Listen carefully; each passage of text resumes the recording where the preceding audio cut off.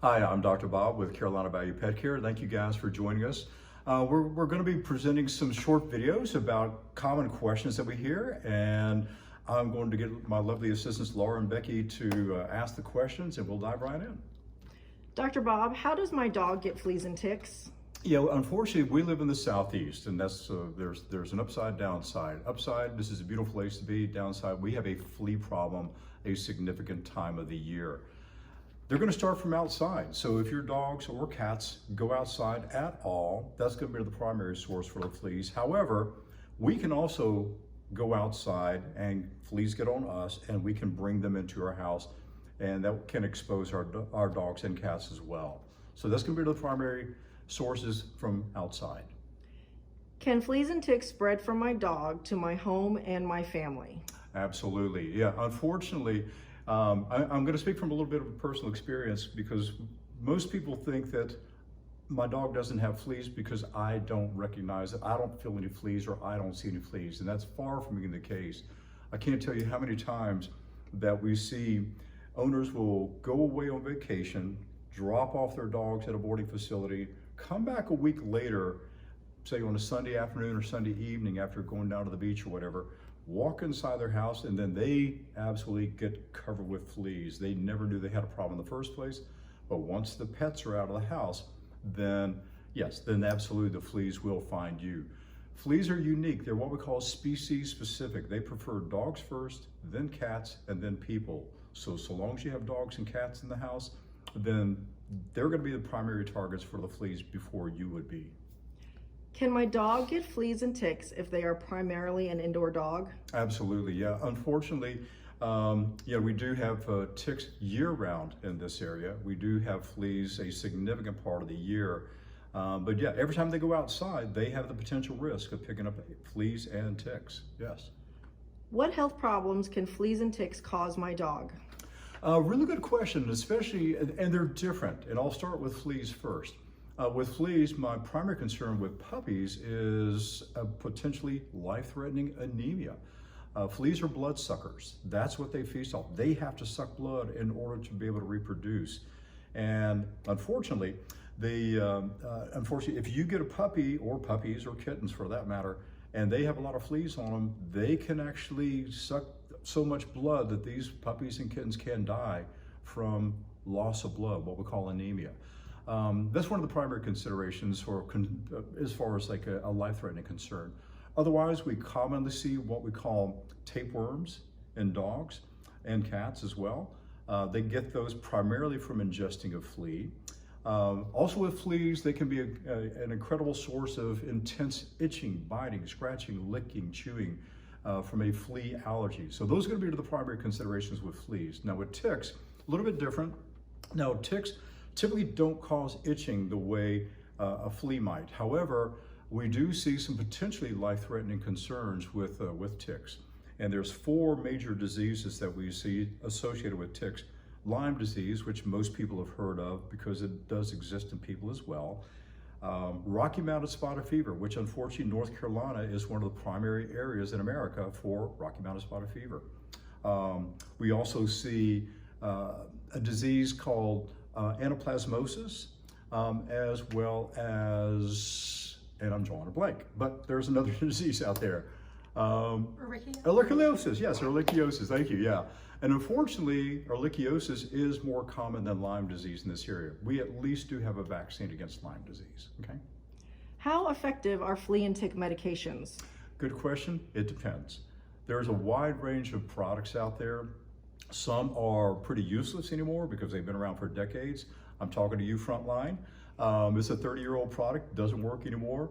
Or the generic versions of Frontline, which people can buy easily at their big box retail stores and so forth. There are so many effective products. The products that we really like and we have great success with, there's Preventative, which is a 1-month or 3-month protection, depending on the product that you choose. Also, one called Simparica.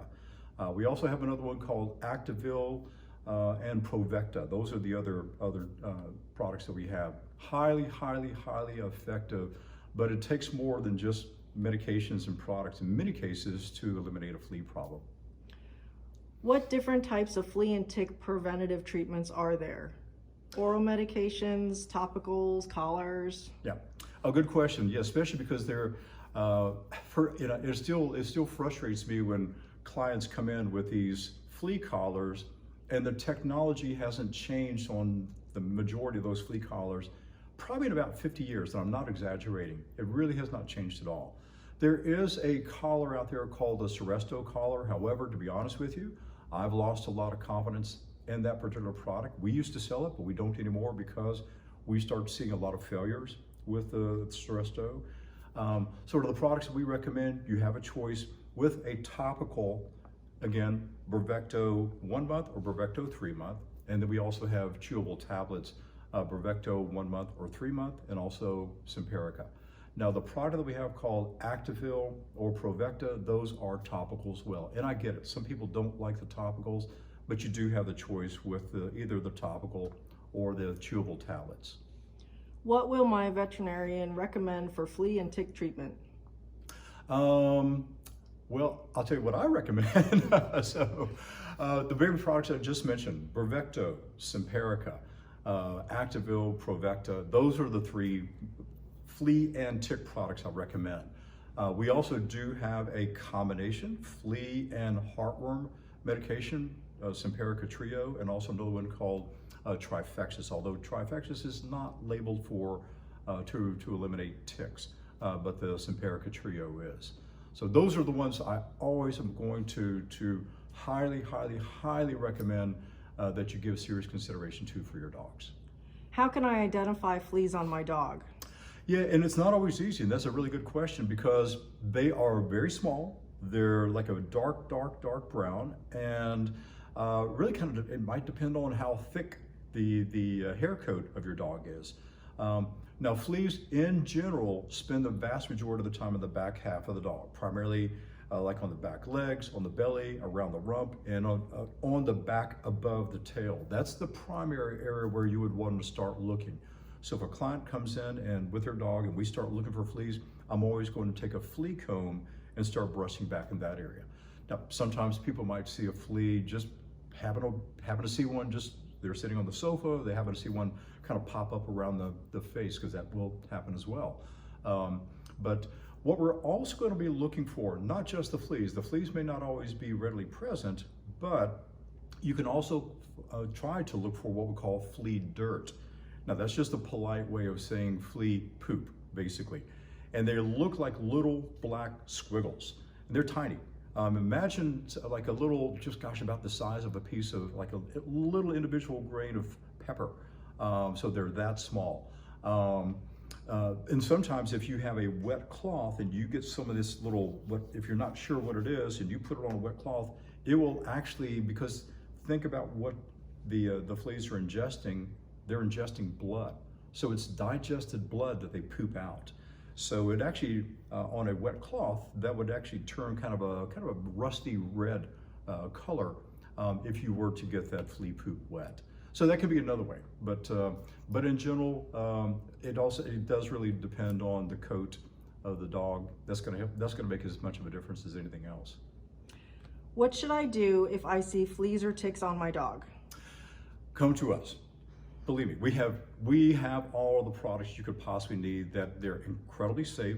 Safety is paramount above anything else, because if it's potentially harmful for your pet, then what's the point in using it, correct? And they're effective. And there's generally about a 20-year sort of a life cycle of these different products out there. Frontline, talking to you again, is about 30 years old. So please don't waste your money with Frontline or Fipronil or some of the generic versions. But come see us. We've got the products. There are some of the products, if we've not seen you before, some of the products that we have are prescription only. Brevecto, Simparica are prescription only. We have to physically see your dog. We don't charge for that. So if somebody brings their dog in, we have to see if it's healthy. We have to confirm the weight to make sure we get the right dosage for your dog. We do have, again, we mentioned the Activil and the Provecta. They are non-prescription, but you need to have an idea of how much your dog weighs in order to dispense those products. So see us, basically. Again, just don't waste your money on the stuff that you're going to buy at the big box store. those products don't work. So thank you guys, and we'll be on to our next segment shortly.